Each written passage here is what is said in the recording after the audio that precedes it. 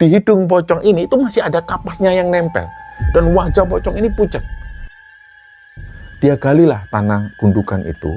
Ternyata muncul potongan tangan manusia. Nah, ibu-ibu yang tadi ngomong, Pak, pocongnya koyok ngene ta, Pak. Pak Jiman noleh. Ternyata ibu-ibu tadi ini sudah berubah jadi pocong.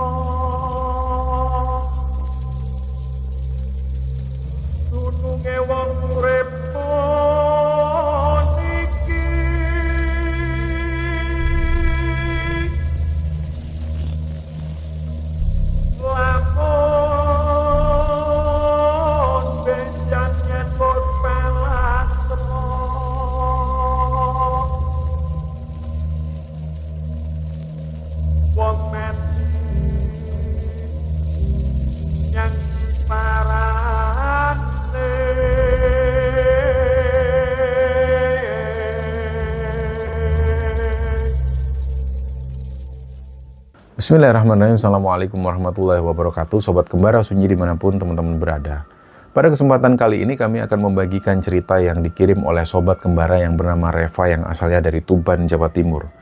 Dan sebelum kita masuk ke ceritanya, untuk teman-teman yang nonton tayangan ini dan belum subscribe, jangan lupa untuk subscribe lebih dulu agar channel Kembara Sunyi ini lebih berkembang lagi dan kami lebih bersemangat lagi dalam membuat konten-konten terbaru di Kembara Sunyi. Dan untuk teman-teman yang telah mendukung kami sejauh ini, kami mengucapkan terima kasih banyak. Semoga amal kebaikan teman-teman dibalas kebaikan berlipat oleh Allah Subhanahu wa Ta'ala.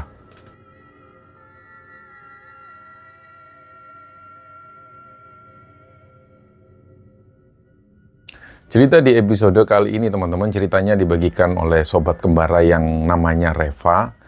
Jadi Reva ini asalnya dari Tuban, Jawa Timur, dan usia dia sekarang 34 tahun, dan dia kerja jadi karyawan di salah satu bank swasta. Nah, sekarang ini dia lagi ditempatkan di Kalimantan, sudah sekitar 1 tahunan ini, dan sebelumnya dia sempat tugas di cabang Pasuruan. Jadi Reva ini sudah lama ngikutin Kembara Sunyi, dia juga sering mendengarkan cerita ketika malam hari atau pas lagi jalan menuju ke tempat kerja.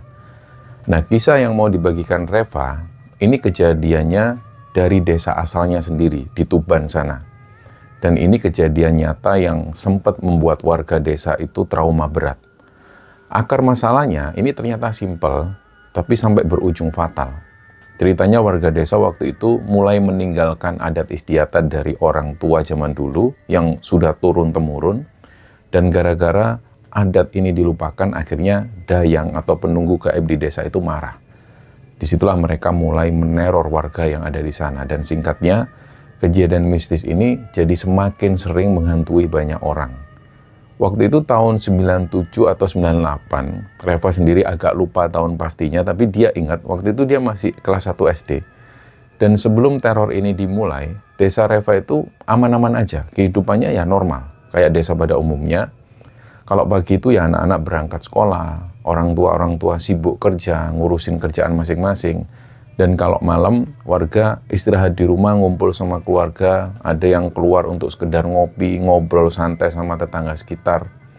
Nah, pagi itu ceritanya, dari arah masjid desa, itu terdengar suara tawa yang bunyi. Di situ Mbah Mudin atau pengurus masjid ini menginfokan bahwa ada warga desa yang meninggal dunia. Jadi ketika mendengar kabar duka itu, warga desa ini langsung ngumpul, mereka rombongan jalan ke rumah duka untuk ngelayat namanya. Warga juga gotong royong menyiapkan semua keperluan untuk pemakaman. Pihak keluarga sepakat bahwa jenazahnya ini bakal dimakamkan keesokan harinya. Jadi hari itu mereka cuma fokus menyiapkan semua. Nah, malamnya suasana desa ini masih normal, nggak ada kejadian aneh apapun. Singkatnya, besok paginya setelah jenazah ini dimandikan dan disolatkan, langsunglah rombongan bapak-bapak ini mengantar jenazah ini ke pemakaman. Dan sekedar info, di desanya Reva ini ada 2 pemakaman. Satu pemakaman itu lokasinya ada di selatan desa. Ini bisa dibilang makam yang masih terbilang baru. Dan satu lagi pemakaman ini letaknya di sebelah barat desa. Nah, pemakaman sebelah barat desa ini disebut makam utama, karena memang usia makamnya itu lebih tua dan sudah ada dari dulu. Keluarga ini sepakat bahwa jenazah tersebut akan dimakamkan di makam utama. Dan lokasi makam utama ini posisinya berseberangan dengan lapangan sepak bola yang ada di desa sana. Terus di sebelah lapangan bola itu adalah sekolah SD-nya Reva. Nah, singkatnya prosesi pemakaman ini berjalan lancar sampai selesai dan kemudian rombongan warga ini kembali ke rumah masing-masing. Nah, tiba-tiba di situ nggak ada yang menyangka kalau bakal muncul kejadian horor. Kejadian horor yang pertama ini dialami oleh salah satu ibu-ibu warga desa lain di luar desanya Reva. Kita sebut saja nama beliau ini Bu Dahlan. Bu Dahlan ini kebiasaannya itu jualan di pasar. Dan pasar ini memang lumayan besar, bisa dibilang pasar yang paling besar yang ada di kecamatan itu.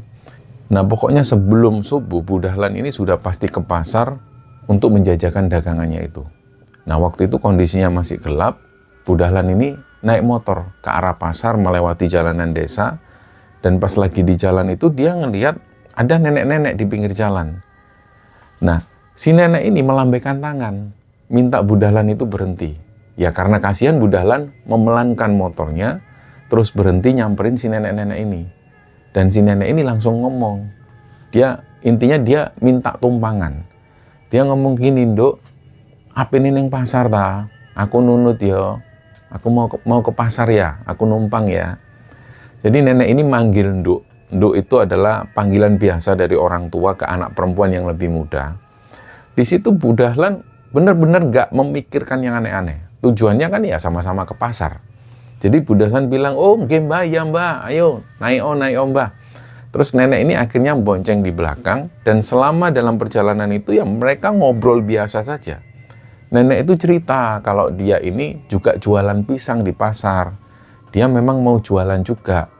Nah, ini sebenarnya sudah aneh. Karena Bu Dahlan sehari-harinya juga jualan di pasar, tapi nggak pernah ketemu sosok nenek-nenek ini. Terus si nenek ini juga cerita kalau suaminya ini sudah meninggal dan anaknya nggak ada di rumah. Biasanya dia itu diantar sama anaknya. Tapi karena anaknya ini nggak ada di rumah, ya beliau jalan kaki terpaksa. Terus tiba-tiba beliau itu capek. Makanya dia berhenti di situ cari tumpangan supaya bisa sampai di pasar. Ya selama ngobrol itu Bu Dahlan biasa saja sampai akhirnya rute mereka itu melewati makam utama. Nah, pas melewati dekat area makam itu tiba-tiba si nenek ini nepuk pundaknya Bu Dahlan. "Nduk, wes nduk aku mudun kene ae, Nduk. Nak, sudah nak, nenek turun sini aja." Akhirnya Bu Dahlan itu memberhentikan motornya. Ya Bu Dahlan tanya ke nenek ini, "Lho Mbah, pekene tasik sekedap malih Mbah, tasik tengajeng mriko napa mboten sekalian mawon to Mbah mandhap tengajeng." Jadi Bu Dahlan bilang, "Lho Mbah, pasarnya kan masih jauh, masih di depan sana, apa nggak sekalian aja, nanti turunnya di depan." Nah nenek ini nggak mau, dia langsung turun. Terus suasananya itu pokoknya tiba-tiba berubah. Bu Dahlan ini langsung mencium aroma kapur barus, itu menyengat banget. Dan ada juga aroma-aroma semacam kayak kembang telon yang biasa dipakai untuk orang mati itu. Langsung seketika Bu Dahlan itu merinding, apalagi itu dekat makam. Nah samar-samar Bu Dahlan itu dengar suara dari belakang, karena nenek ini kan ada di belakangnya. Jadi si nenek ini bilang, "Matur nuwun ya Nduk, aku leren kene, omaku iku neng kene." Jadi nenek ini ngomong, "Makasih ya nak, saya istirahat di sini, rumah saya tuh di sini." Lah Bu Dahlan itu langsung gemeter, nggak tahu kenapa dia langsung merinding, badannya langsung lemes. Terus Bu Dahlan noleh ke arah nenek-nenek ini. Ternyata di situ Bu Dahlan ngelihat pocong. Bahkan Bu Dahlan ngelihat jelas di hidung pocong ini itu masih ada kapasnya yang nempel. Dan wajah pocong ini pucat. Tapi Bu Dahlan di situ ya sempat nanya juga, "Loh, kowe iki sopo? Kamu ini siapa?" Nah, sosok pocong nenek-nenek ini senyum. Terus dia jawab, "Aku iku nyitaksi. Matiku gek wingi kapuke lho si anyar." Dia bilang, "Aku iki nyitaksi. Aku mati kemarin. Kapasku saja masih baru." Nah, Bu Dahlan langsung pingsan di situ. Benar-benar pingsan di pinggir jalan di depan makam persis. Nah, singkatnya Bu Dahlan ini pingsan itu lumayan lama sampai kondisinya agak terang. Dan gak lama setelah itu ada warga lain yang kebetulan beliau ini mau berangkat ke pasar juga. Warga yang lewat ini ngelihat loh kok ada orang pingsan di pinggir jalan dan ada motornya juga. Awalnya mereka mengira kalau itu korban begal. Tapi kok motornya ada di situ. Langsunglah mereka nyamperin dan membangunkan Bu Dahlan. Setelah ditepuk-tepuk dan dipanggil, akhirnya Bu Dahlan sadar dan kondisi Bu Dahlan masih shock berat waktu itu. Warga yang nolongin ini langsung tanya, "Sampean ini kenapa? Kok sampai di sini? Apa kena begal apa gimana?" Dan ada yang mengira bahwa Bu Dahlan ini mungkin punya riwayat sakit dan mungkin waktu itu nggak kuat, terus pingsan di jalan. Nah, akhirnya pas sudah agak tenang, ada yang ngasih minum, Bu Dahlan cerita dari awal. Dia ngasih tahu kalau dia ini tadinya itu boncengin nenek-nenek menuju ke pasar. Tapi pas sampai depan makam itu, si nenek ini minta turun dan pas dilihat, wujudnya sudah berubah jadi pocong dengan kapas di hidung itu yang masih kelihatan. Akhirnya berita tentang kejadian yang dialami Bu Dahlan ini langsung menyebar. Sesampainya di pasar itu warga yang nolong Bu Dahlan tadi ini juga ikut cerita akhirnya. Dan akhirnya cerita ini pun jadi bahan omongan dari mulut ke mulut. Di desa itu semua sudah dengar cerita tentang Bu Dahlan. Banyak warga yang mulai nebak-nebak. Ini siapa sebenarnya sosok pocong nenek-nenek yang menampakkan diri ke Bu Dahlan itu? Karena pocong itu sempat menyebut kalimat, "Aku mati gek wingi kapuke se anyar." Jadi dia bilang kalau aku baru mati kemarin dan kapasku masih baru. Banyak warga desa yang akhirnya narik kesimpulan. Warga beranggapan sosok pocong ini adalah warga tetangganya Reva yang baru beberapa waktu lalu meninggal dan dimakamkan di makam utama itu. Nah, suasana desa yang dulunya tenang ini langsung berubah jadi tegang. Warga ini sudah mulai ada yang parno kalau harus lewat area makam utama, terutama pas malam hari atau pas kondisinya masih gelap sebelum subuh, mereka takut. Ya mereka nggak nyangka aja sampai ada kejadian horor seperti itu. Masalahnya sebelum kejadian ini terjadi, teror pocong maupun penampakan-penampakan ini nggak pernah ada sama sekali di desa mereka. Nah, kabar soal kejadian Bu Dahlan yang sempat bonceng pocong, ini akhirnya menyebar. Dan masalah ini masih jadi omongan warga desa. Terus ada kejadian berikutnya, waktu itu di desa sebelah ini pas lagi ada acara hajatan. Warga di sana itu nanggap wayang kulit semalam suntuk. Jadi kalau teman-teman yang belum tahu, setiap kali ada pertunjukan wayang itu selalu digelar biasanya selepas Isya, sekitar jam 7 atau jam 8 malam, sampai menjelang subuh. Jadi memang wayang kulit itu pertunjukannya semalam suntuk. Dan ini adalah pertunjukan yang disukai oleh banyak kalangan. Nah, waktu itu ada warga dari desanya Reva, sebut saja namanya itu Pak Jiman. Nah, Pak Jiman ini berangkat nonton wayang itu berdua sama temennya, namanya Pak Minto. Mereka berdua itu memang hobi banget nonton wayang. Singkatnya pas pertengahan acara wayang ini pas lagi seru-serunya, Pak Minto itu mengeluh ke Pak Jiman. Dia bilang kalau perutnya mual dan pengen pulang duluan. Dan kebetulan Pak Minto itu memang sedang masa-masa penyembuhan dari sakit. Akhirnya Pak Jiman ya langsung ngomong, "Lah piye, tak terno mulai sedih lo ya. Gimana, tak antar pulang sebentar atau gimana?" Tapi di situ Pak Minto nolak. Dia jawab, "Wis gak usah. Wis kowe ning kene ae ndelok wayang sampai purno, aku tak mulai dhewe ae gak apa-apa. Sudah ndak usah kamu di sini aja, kamu nonton wayang aja sampai selesai. Biar aku pulang sendiri aja ndak apa-apa." Ya sudah, akhirnya Pak Jiman melanjutkan nonton wayang sendirian di situ. Dan di sini kita harus memahami kejadian ini kan terjadi di sekitaran tahun 97-98. Jadi di masa-masa itu ya tentu nggak seramai sekarang. Kita tahu jalanan, apalagi di desa itu masih banyak yang belum tertata rapi. Masih banyak jalan-jalan yang rusak. Listrik pun juga nggak banyak seperti di kota. Jadi kondisi waktu itu kalau malam hari tentu gelap. Warga ini masih bawa senter kalau keluar malam hari.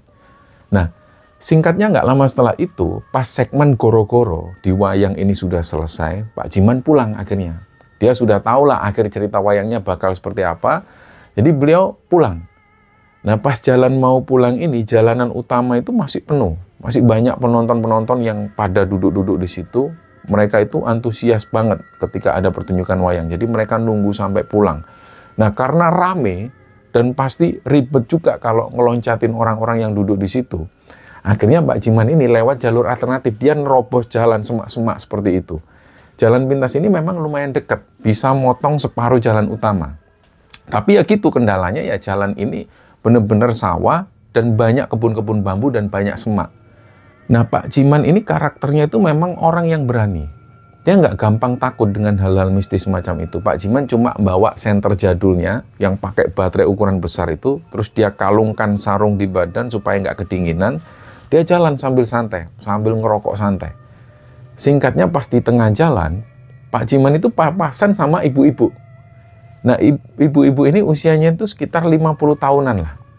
Nah, akhirnya Pak Jiman itu mendekati si ibu-ibu ini, maksudnya ya mau dibarengin. Pak Jiman tanya, jenengan saking pundi? Anda ini dari mana? Terus ibu-ibu ini jawab, katanya dia habis nonton wayang di desa sebelah loh, sama berarti.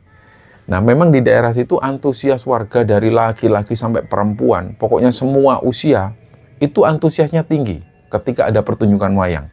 Jadi wajar kalau ada ibu-ibu yang baru pulang dini hari setelah nonton wayang. Akhirnya Pak Jiman ini jalan mendekat sama ibu-ibu ini. Ya udah bareng-bareng. Sambil jalan bareng itu Pak Jiman tanya lagi. Loh Mbak, rombongannya jenengan ini pundi? Jadi Pak Jiman tanya, loh Mbak, rombonganmu ini mana? Ibu itu jawab, aku ini ndelok dhewean Pak. Rombonganku wis mulai ket mau. Saya nonton sendirian Pak, rombongan saya sudah pulang dari tadi. Di situ Pak Jiman ini sempat batin dalam hati. Dia mikir, wah, wong iki kok tegal tenan yo, bengi-bengi lewat kene dhewean.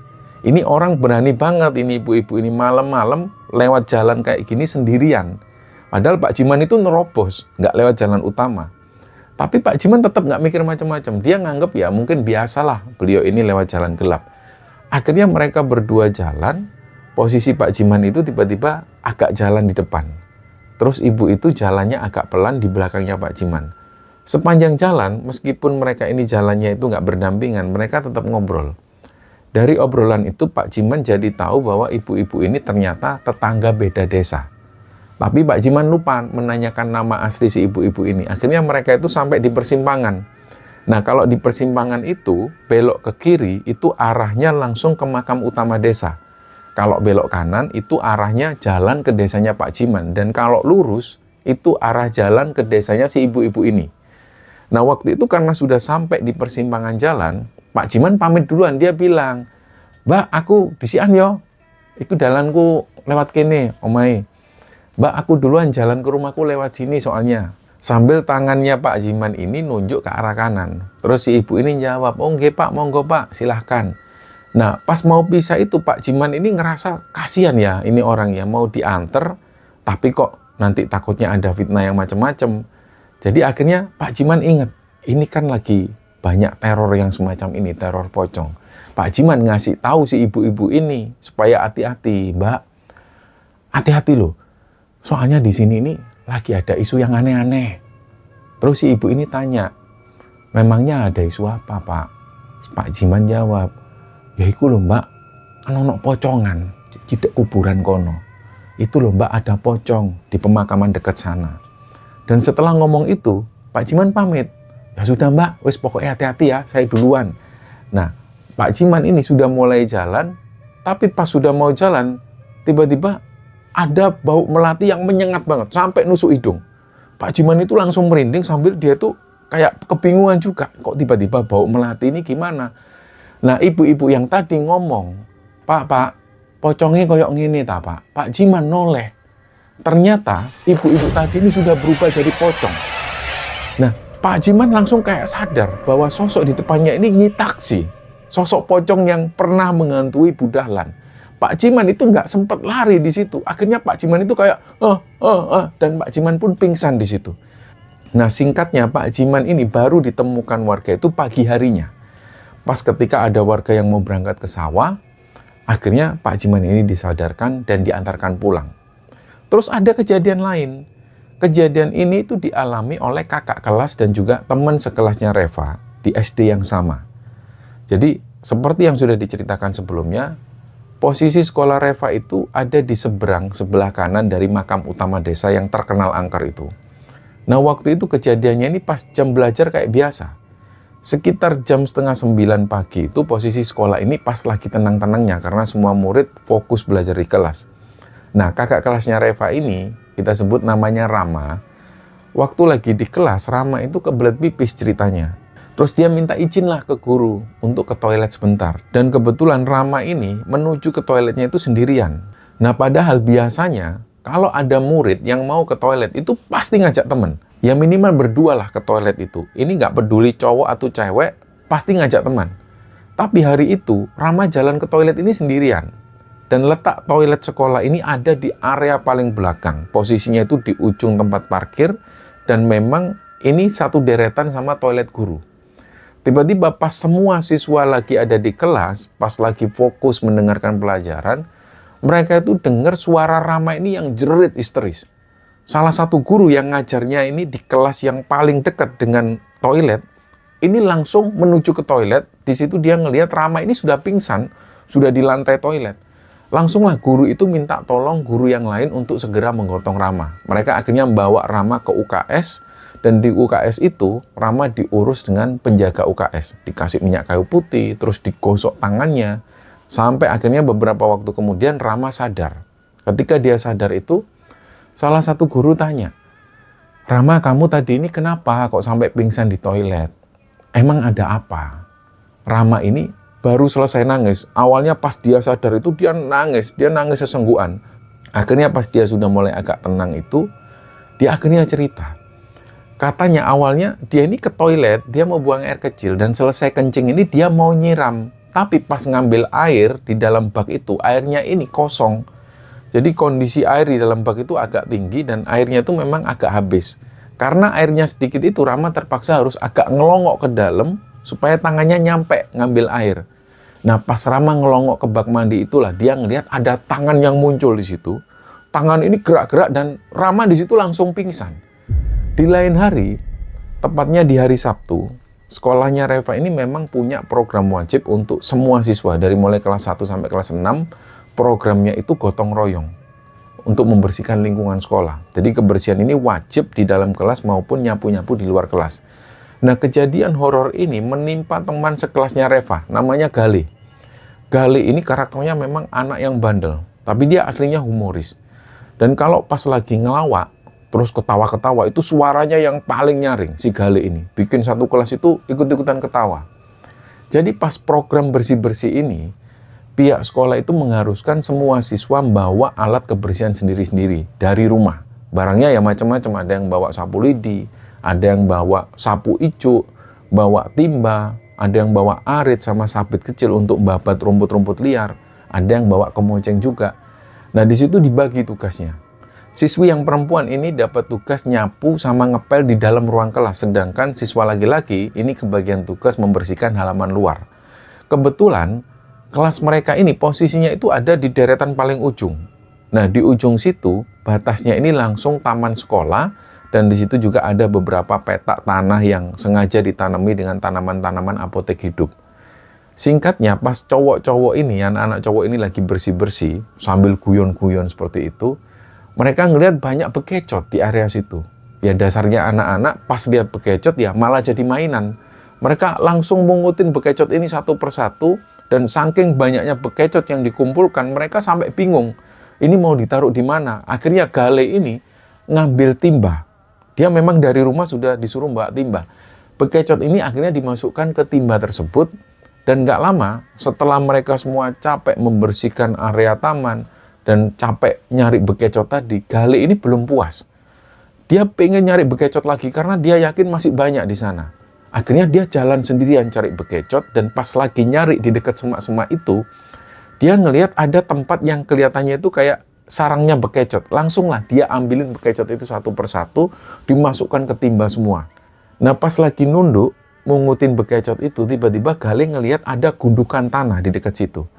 Gundukan tanah ini memang aneh. Karena tanahnya itu gerak-gerak. Jadi kayak di dalam itu ada sesuatu. Gale penasaran ini hewan apa. Rencananya mau diambil sekalian. Akhirnya dia ambil semacam tongkat kecil dari ranting-ranting yang jatuh itu. Terus dia gali sama ranting itu. Pas tanahnya ini sudah mulai kebongkar pelan-pelan. Gale langsung teriak ketakutan. Dia lari sambil nangis dan langsung nyamperin gurunya.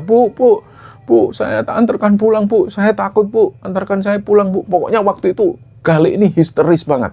Semua teman-teman Gale ya heran ngelihat Gale seperti itu, termasuk gurunya sendiri juga heran. Ini anak kenapa? kok datang-datang minta pulang. Tapi karena ngelihat Galih yang ketakutan parah, sampai badannya itu gemeteran, dan wajahnya sudah pucat banget. Akhirnya pihak sekolah pun mengantarkan Galih pulang ke rumah. Nah, sesampainya di rumah, orang tua Galih kaget pas ngelihat Galih itu diantar sama gurunya. Galih di situ langsung meluk ibunya sambil sekali lagi dia nangis kejer, "Bu, aku takut, Bu, aku takut." Setelah akhirnya ditanya pelan-pelan sama ibunya, akhirnya Galih pun mulai tenang. Dia ngasih tahu ibunya. Jadi pas Galih ini nyari bekecot di taman belakang kelas itu, dia ngelihat memang ada gundukan tanah yang gerak-gerak sendiri. Akhirnya dia ambil potongan kayu, dia galilah tanah gundukan itu.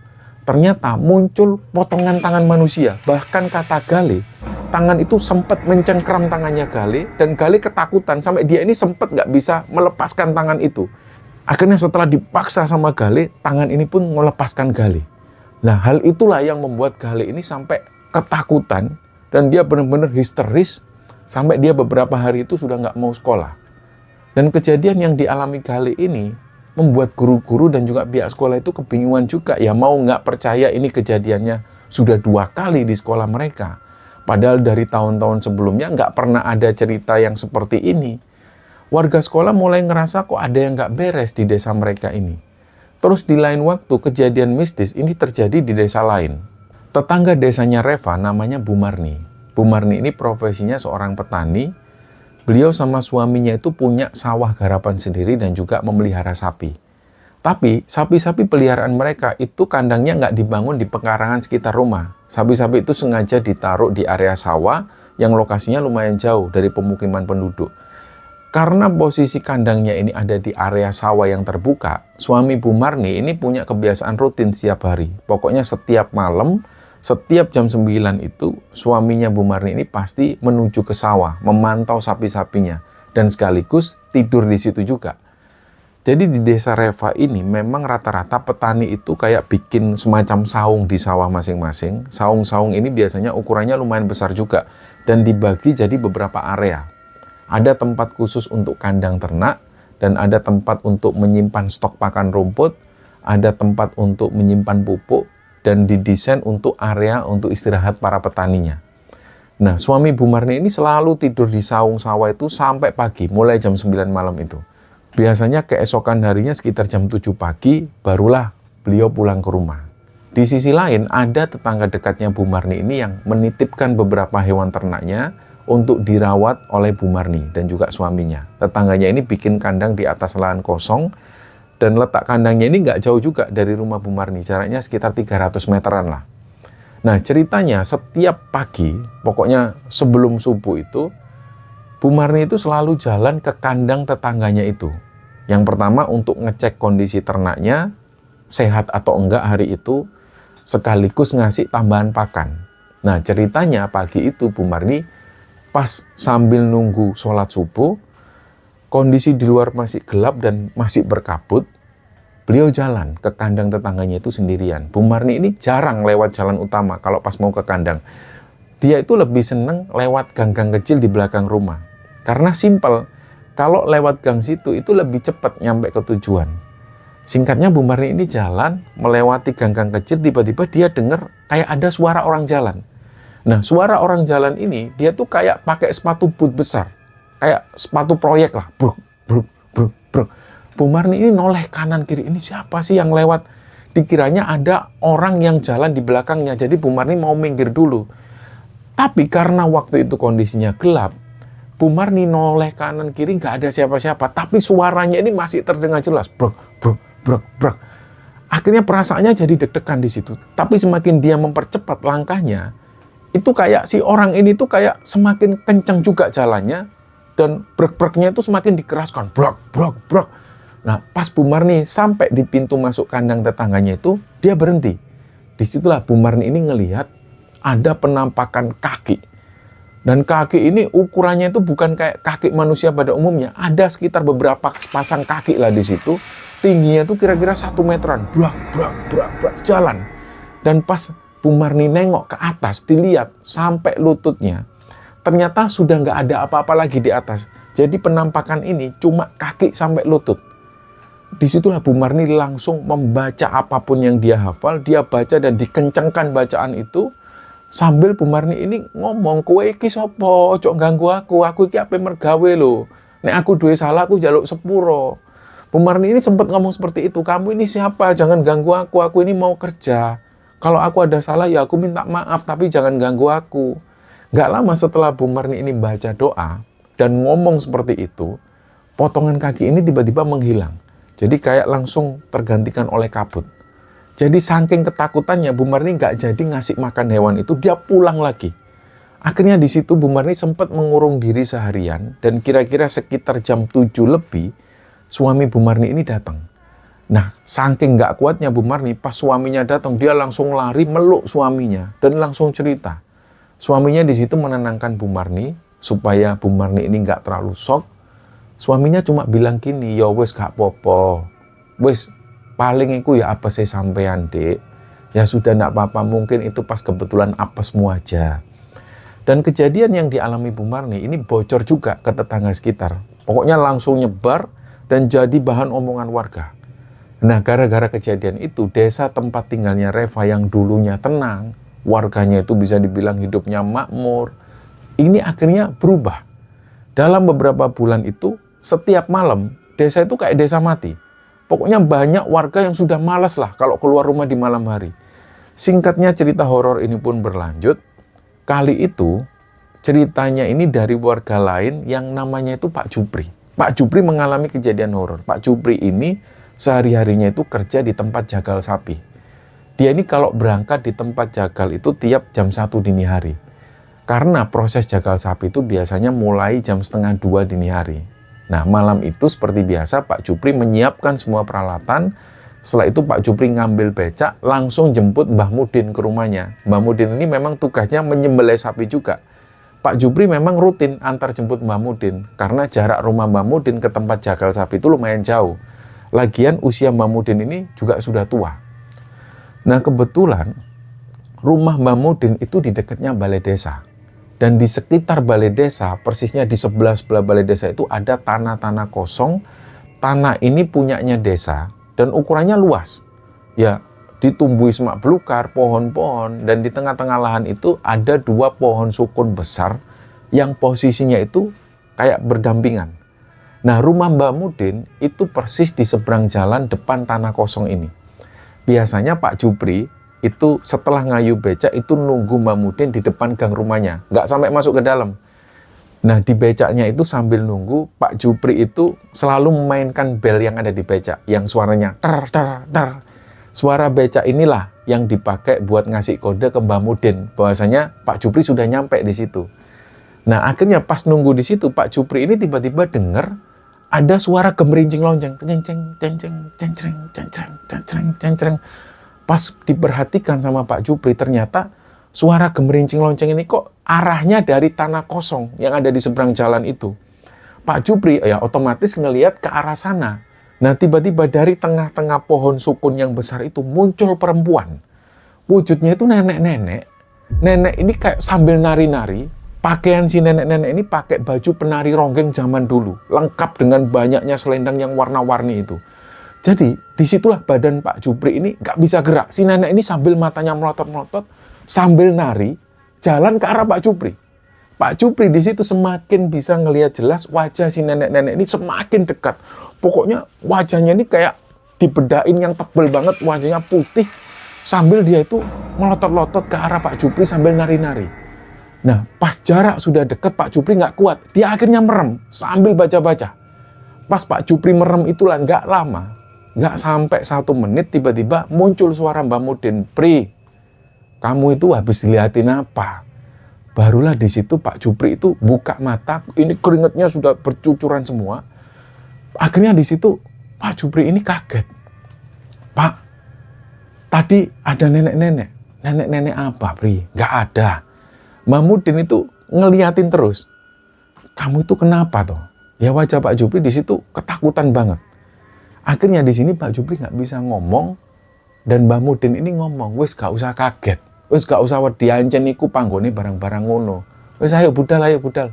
Jadi kata Mbah Mudin sudah nggak usah kaget. memang di situ itu tempatnya makhluk-makhluk yang seperti itu. Sudah, ayo berangkat. Nah, pas mereka jalan menuju ke tempat jagal sapi ini, Pak Jupri sempat tanya ke Mbah Mudin soal kejadian yang dialami barusan. Mbah, kok baru kali ini ya Mbah? Seumur-umur saya jemput Mbah Mudin itu, ya jam-jam seperti itu. Saya tuh nggak pernah diliatin yang macem-macem kayak gitu. Lah kok ini tadi saya diliatin yang kayak gituan. Sumpah Mbah, saya takut beneran Mbah. Mbah Mudin akhirnya nimpali omongannya dengan agak serius. Jadi Mbah Mudin ngomong gini, aku sendiri ini juga heran Pri. Di situ itu aku tahu memang banyak penghuninya, tapi kalau sosok penari ronggeng yang kamu lihat tadi, lah aku juga baru tahu kali itu. Sebelumnya ya setauku nggak pernah ada sosok yang penari ronggeng kayak gitu. Akhirnya Pak Jupri tanya, loh, berarti sampean ngerti toh Mbah, sosok yang tak lihat tadi? Mbah Mudin bilang, yo tahu lah Pri. Gak tahu ya, tiba-tiba kok akhir-akhir ini aku sering lihat penari ronggeng itu lewat malam-malam. Jadi pengakuan Pak Mudin sendiri seperti itu. Memang selama beliau tinggal di sana, beliau sering dilihatin sosok yang aneh-aneh, tapi baru kali itu, akhir-akhir itu, Mbah Mudin sering ditampakin sosok nenek-nenek penari ronggeng dengan suara gemerincing loncengnya itu, cering-cering-cering. Nah, akhirnya di situ Mbah Mudin ini ngomong ke Pak Jupri, desa kita ini kok malah semakin sering ya ada penampakan makhluk halus ya Pri. Seumur-umur baru kali ini loh kejadiannya ini sampai heboh kayak gini. Ada yang ditakutin pocong lah, diliatin inilah. Apa desa ini kurang sajen apa kurang apa ya Pri. Nah akhirnya dalam perjalanan itu mereka berdua ngobrol dan sampai di tempat jagal sapi.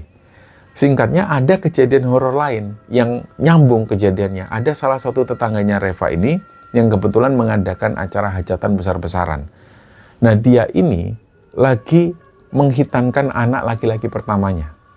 Karena tetangganya ini memang terbilang orang kaya dan mampu, jadi pas hajatan itu dia nanggep hiburan Langen Tayub. Acara Langen Tayub ini digelar 2 sesi. Sesi pertama dari siang sampai sore, terus sesi keduanya dari malam sampai menjelang subuh. Nah ketika acara tayuban ini selesai, ada tamu undangan yang pulang naik motor. Jadi itu satu motor itu dinaikin 3 orang. Nah, parahnya mereka bertiga yang boncengan 3 ini dalam kondisi mabuk semua. Mereka di situ sebelum pulang itu bahkan sempat geber-geber motornya, wong, dan langsung gas kenceng, terus naik motornya itu juga ugal-ugalan. Nah, pas mereka sampai di pertigaan jalan desa yang bentuknya itu kayak simpang Y, motor mereka ini oleng. Dan akhirnya mereka pun nabrak. Di tengah-tengah pertigaan simpang Y itu ada bangunan tugu desa dari semen bahannya. Nah, saking kerasnya motor mereka nabrak ini, warga sekitar itu sampai kaget semua. Karena kenceng banget suaranya. Duak! Dari 3 orang itu, 1 orang meninggal di tempat. Dan kondisi badannya ini hancur yang meninggal ini. Terus 2 temannya mengalami luka parah dan langsung dilarikan ke rumah sakit. Nah, gara-gara kecelakaan itulah suasana desa ini semakin mencekam. Sampai satu malam, ada orang dari desa lain ini yang kebetulan lewat pertigaan tugu itu. Nah, dia ini sudah dari kejauhan, dia sudah ngelihat ada sesuatu di sekitar tugu desa itu. Jadi pas jaraknya semakin dekat, orang ini menyalakan lampu jauh motornya. Pas disorot lampu itu, dia ngelihat jelas ada sosok perempuan duduk nangkring di atas tugu. Sambil kakinya itu kayak diayun-ayunkan. Warga sekitar itu biasa menyebut sosok makhluk halus ini dengan sebutan Cino Jempor. Wujud fisiknya itu kayak perempuan Cina, wajahnya pucat, rambutnya acak-acakan, dia pakai gaun putih kotor. Tapi sosok ini pernah dilihat oleh orang-orang lain, dia itu nggak jalan seperti biasa, nggak melayang, tapi kayak ngesot kalau dilihat dari kejauhan. Nah itu namanya jempor, persis kayak suster ngesot. Nah penampakan sosok ini akhirnya menyebar. Banyak warga yang mengaku ngelihat sosok Cino Jempor ini. Suasana desa semakin kacau. Warga semakin takut keluar rumah, akhirnya pihak desa di situ ngambil tindakan. Pihak desa di situ langsung mengumpulkan para tetua adat dan juga ulama-ulama setempat. Mereka di situ diskusi dan cari tahu sebenarnya ada apa sih di balik semua teror yang menyerang warga desa. Tapi pas kumpul-kumpul itu, mereka masih belum juga menemukan jawaban pastinya dan belum ada solusinya. Nggak lama setelah itu di desa sebelah, kebetulan menggelar acara pengajian umum yang acaranya lumayan besar. Nah, panitia desa sebelah itu mengundang pembicara ustadz dari luar kota. Ustadznya ini adalah pengurus salah satu pondok pesantren terkenal di Jawa Timur. Nah, karena letak desa ini posisinya ada pas di tengah-tengah kecamatan, ketika rombongan ustadz ini menuju ke lokasi pengajian di desa sebelah, itu rutenya pasti harus melewati jalan utama desa, yang desanya kena teror itu. Jadi waktu itu ceritanya panitia penjemput ini yang membawa rombongan ustadz itu pakai mobil. Pas mobilnya melewati jalanan desa, ustadz ini ngeliat terus ke arah luar. Terus dia itu pokoknya gelisah banget ngeliat ke arah luar. Akhirnya ustadz ini tanya ke salah satu panitia yang ada di mobil itu, ini desa apa ya namanya ya? Nah, panitia langsung jawab bahwa itu adalah desa M. Oh, desa M Pak Ustadz. Nah, ustadz ini langsung minta supaya berhenti. Pak sopir berhenti dulu Pak di sini Pak. Nah, pas mobilnya berhenti, ustadz ini buka pintu dan mau turun dari mobil. Tapi pas mau turun, ustadz ini langsung ngelepas sandalnya, dia nyeker. Nah, ketika telapak kakinya menyentuh tanah di desa itu, ustadz ini kayak langsung lari kecil-kecil sambil jingkat-jingkat, kayak loncat-loncat kecil. Sambil dia itu bilang, aduh panas ya, aduh panas, panasnya tanah di sini nih. Nah, saking nggak kuatnya nahan panas, si ustadz ini langsung masuk mobil lagi. Nah, di dalam mobil itu ustadz ini ngasih tahu panitia bahwa tanah di desa ini itu auranya panas. Makanya dia nggak kuat berdiri lama-lama di situ. Akhirnya singkatnya mobil rombongan ini menuju ke tempat pengajian. Tapi sebelum sampai di lokasi, ustadz ini sempat pesan ke panitia penjemput. Dia itu minta tolong nanti kalau acara pengajian sudah selesai, saya minta tolong diantar ya. Saya pengen ketemu sama orang-orang balai desa atau sama tetua adatnya lah sekalian. Ustadz ini menjelaskan bahwa ada hal penting yang pengen disampaikan ke mereka semua. Nah, singkatnya acara pengajian ini selesai. Ustadz ini pun dipertemukan dengan perwakilan pihak desa M. Di situ ada tetua adat dan juga ada beberapa ulama setempat. Tapi sebelum obrolan ini dimulai, ustadz ini minta izin ke mereka semua untuk sholat 2 rakaat lebih dulu. Setelah sholat, barulah obrolan ini dimulai. Ustadz ini langsung ngomong ke intinya. Jadi beliau awalnya ini tanya, ini sebenarnya lagi ada kejadian apa di desa ini? Kok auranya panas sekali? Saya tadi sempat ke sana, di desa sana itu, di desa M situ, saya sempat ceker di situ, nyeker. Terus tapi kok panas banget? Nah, ini ada apa sih? Desa ini kenapa? Akhirnya perwakilan dari pihak desa ini langsung bercerita panjang lebar. Mereka menjelaskan kronologi kejadiannya dari awal. Ya, mereka ngasih tahu kalau sudah hampir 1 tahun belakangan ini memang warga desa itu sering diteror oleh makhluk halus. Padahal sebelum-sebelumnya desa ini aman, tentram. Nggak pernah ada kejadian-kejadian aneh. Nggak lama setelah itu ustadz ini akhirnya ngomong. Nah, si ustadz ini ngasih tahu bahwa semua teror ini sebenarnya ulah dari dayang desa. Dan juga ada peran leluhur-leluhur yang babat alas di desa ini. Kata si ustadz tersebut, para leluhur ini marah dan kecewa sama warga yang sekarang. Alasannya karena warga desa sekarang ini sudah mulai meninggalkan tradisi yang sudah dijalankan turun-temurun mulai dari nenek moyang mereka. Dari situlah akhirnya ketahuan. Ketika ustadz tadi turun nyeker dari mobil dan ngerasa kepanasan, ternyata di momen itu ustadz ini itu sempat kontak batin dengan para dayang-dayang desa. Para dayang ini sempat mengeluh ke ustadz tersebut. Mereka ngomong kalau wargaku ini sekarang sudah jarang mengadakan tradisi manganan atau acara syukuran di area punden desa. Dan nggak cuma itu, makam para mbah-mbah buyut yang dulu pernah punya jasa untuk babat alas desa ini, yang buka desa ini, itu juga dibiarkan. Nggak ada yang ngerawat lagi. Warga ini sibuk dengan urusannya masing-masing, ya kerja, ngurus sawah, dan lain sebagainya. Pihak desa di situ setelah sang ustadz ngomong seperti ini, pihak desa itu mengiyakan. Ya memang benar kenyataannya seperti itu. Agenda desa semacam sedekah bumi ini sudah jarang diadakan. Warga itu selalu beralasan bahwa mereka repot kerja dan sibuk dengan aktivitas masing-masing. Memang masih ada sebagian kecil warga yang rutin kirim doa untuk para leluhur, tapi itu pun juga cuma dilakukan di musola-musola dekat rumah mereka, bukan di makam leluhurnya langsung.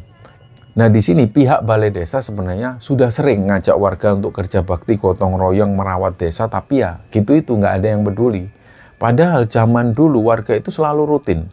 Setiap datang hari pasaran desa, warga pasti kumpul di area makam utama desa. Mereka kumpul di situ untuk berdoa bersama, terus kemudian lanjut makan tumpeng ayam rame-rame. Nah, ritual ini selalu diadakan di makam utama karena di dalam komplek makam itu ada beberapa makam leluhur atau mbah buyut pendiri desa. Nah, Ustadz ini pun langsung pesan ke semua orang yang kumpul di situ, ya kita ini ya harus bisa saling hormati dan harus saling jaga. Ini bukan berarti ngajarin syirik atau meyakinkan halal mistis, tapi ini masalah adab aja, adab kita kepada orang tua. Kita ini kan terlanjur lahir jadi orang Jawa, jadi ya ojo sampai wong Jawa ilang Jawa nih, jangan sampai orang Jawa ini lupa sama akar Jawanya. Terus Ustadz ini menambahkan lagi, jadi lewat kontak batin saya tadi itu Pak, dayang-dayang desa ini sempat ngomong dengan bahasa Jawa. Dayang-dayang ini ngomong, isi untung kue-kue kabeh iki ora kenapa-napa. Aku isi gelem jaga sliramu kabeh. Menungso bodo ora gelem bersyukur, orang ngerti kaya apa abote wong tuwa biyen babat alas. Buka alas gawe kue-kue kabeh iki, saiki kok podo ora duwe adab. Nah, si dayang ini sempat ngomong ke Ustadz, masih untung kalian semua itu nggak kenapa-napa. Aku ini masih mau jaga kalian semua. Kalian itu manusia-manusia yang nggak mau bersyukur, nggak tahu susahnya orang tua zaman dulu pas babat alas, pas buka hutan untuk kalian semua. Sekarang sudah jadi pemukiman warga, kalian bisa hidup tenang di sini, kok nggak punya adab semua. Nah, di akhir obrolan Ustadz ini ngasih saran ke pihak desa, sudahlah tradisi yang sudah ada dari dulu, silakan dilanjutkan lagi. Tradisi ini kan baik, jangan gampang-gampang ditinggal. Gimana pun juga para dayang dan para leluhur kita itu ibaratnya orang tua kita sendiri. Mereka inilah yang dari dulu jaga kita, yang capek-capek mencarikan tempat tinggal dan membangun desa supaya kita itu bisa hidup enak kayak sekarang. Mereka loh yang susah payah merubah daerah yang dulunya ini hutan angker, akhirnya bisa jadi desa yang makmur, bisa ditanami ini itu, bisa ditinggali. Nah, sang ustadz ini pun menyarankan, sudah acara ini diadakan lagi saja sebagai wujud rasa syukur kepada Allah dan rasa terima kasih kita untuk para leluhur. Akhirnya pihak desa ini langsung bergerak cepat lewat arahan para tetua itu. Mereka mulai menghidupkan lagi tradisi yang sempat mati lama itu. Dan syukurnya setelah warga dikumpulkan dan dikasih pemahaman soal masalah aslinya, akhirnya mereka sadar, mereka semua sepakat dan akhirnya mereka semua bersedia untuk kembali lagi menjalankan tradisi manganan dan tradisi syukuran di makam para leluhur desa. Dan semenjak kejadian itu, pihak desa ini langsung melakukan pemugaran besar-besaran. Jadi tempat makam para leluhur desa itu dibersihkan, cungkup-cungkup makam yang rusak itu dibangun ulang, jadi agak lebih bagus lagi. Dan gak cuma fisik makamnya aja yang diperbaikan. Setiap kali ada peringatan apapun, pihak desa itu selalu rutin mengadakan acara pengajian besar di pelataran punden desa. Bahkan kadang-kadang pihak desa juga nanggap pertunjukan wayang kulit semalam suntuk di situ. Dan alhamdulillah kegiatan ini masih rutin jalan terus sampai hari ini.